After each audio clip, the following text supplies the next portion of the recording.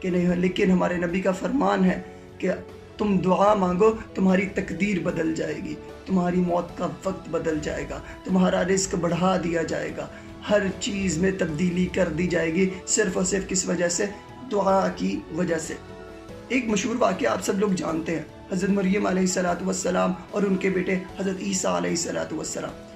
ابھی حضرت عیسیٰ علیہ السلام پیدا نہیں ہوئے تھے، حضرت مریم علیہ السلام پر تہمت لگنے لگ پڑی، ان کے دامن کو گندا کرنے کی کوشش کی گئی، کفار نے اپنی پوری جی جان لگا دی ان کو گندا کرنے کی کوشش میں، لیکن اوپر میرا اللہ ہے۔ حضرت مریم علیہ السلام نے اللہ تعالیٰ کی بارگاہ میں ہاتھ اٹھائے اور کہا اے اللہ میری مدد فرما، اور اللہ تعالیٰ نے مدد فرمائی۔ حضرت عیسیٰ علیہ السلام ابھی پیدا ہی ہوئے تھے کہ انہوں نے بولنا شروع کیا اور اپنی ماں کی پاکی بیان کی، بتایا سب کو کہ میری ماں پاک ہے۔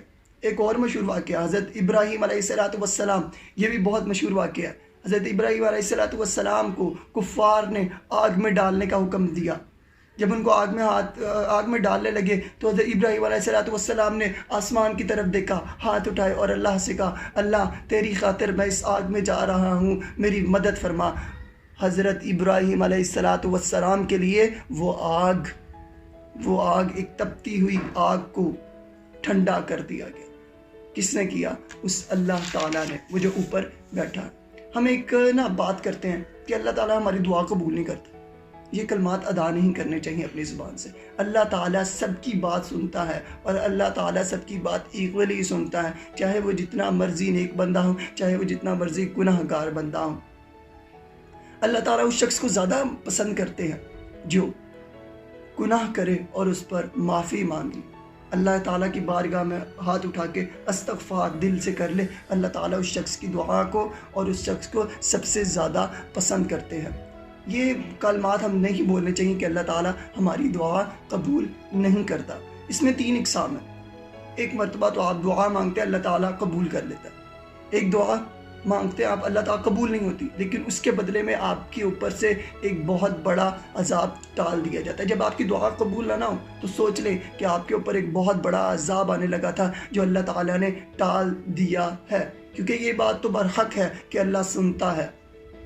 اور تیسری جگہ یہ ہے کہ آپ کی دعا قبول نہ ہو تو یہ سوچیں اللہ تعالیٰ نے کچھ آپ کے لیے اچھا سوچا تھا، جو آپ نے مانگا وہ آپ کے لیے اچھا نہیں تھا، اس لیے اللہ تعالیٰ نے اسے قبول نہیں کیا، لیکن اس کا ذخیرہ کر دیا۔ قیامت والے دن جب آپ لوگ اللہ تعالیٰ کے پاس جائیں گے اور کہیں گے کہ اللہ تعالیٰ میں نے تجھ سے دعا مانگی تھی اور تو نے قبول نہیں کی تھی، اللہ تعالیٰ اس کے بدلے میں آپ کو اجر و ثواب دیں گے۔ پھر اس دن ہر شخص ایک بات کہہ رہا ہوگا کہ اللہ تعالیٰ کاش دنیا میں میری کوئی دعا قبول نہ ہوتی، ساری کی ساری دعائیں تو ذخیرہ کر لیتا اور سارا اجر و ثواب مجھے آج ہی دے دیتا۔ ایک لوگوں میں بڑا کامن آ چکا ہے کہ کوئی نماز پڑھا ہوگا نا اسے میرے لیے دعا کرنا۔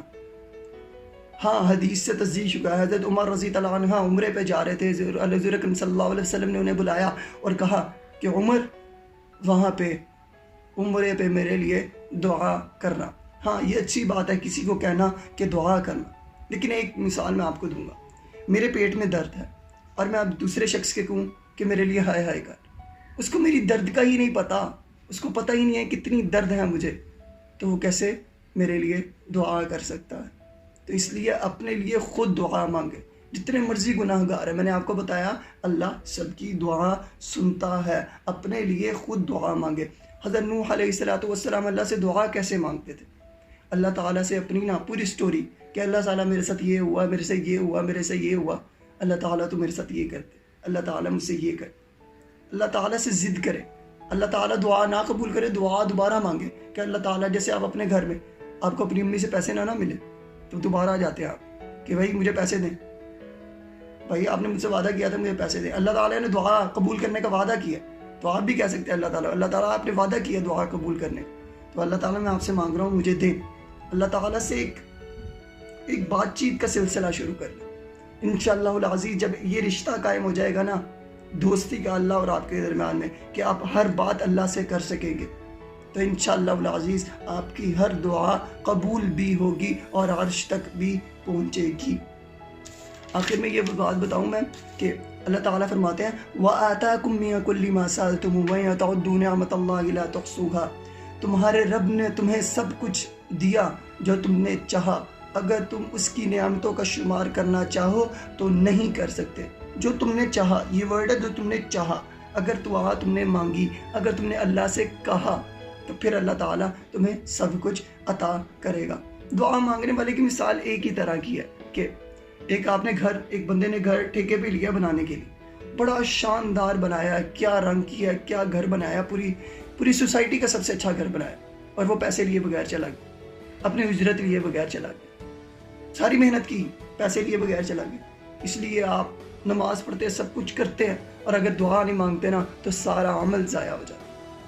اس لیے دعا اپنی زندگی کا حصہ بنائیں، دعا سب سے زیادہ ضروری چیز ہے۔ اگر دعا نہیں مانگیں گے نا تو سب کچھ بیکار چلا جائے گا، اس لیے دعا کو اپنی زندگی کا حصہ بنائیں۔ ملتے ہیں اگلی ویڈیو کے ساتھ۔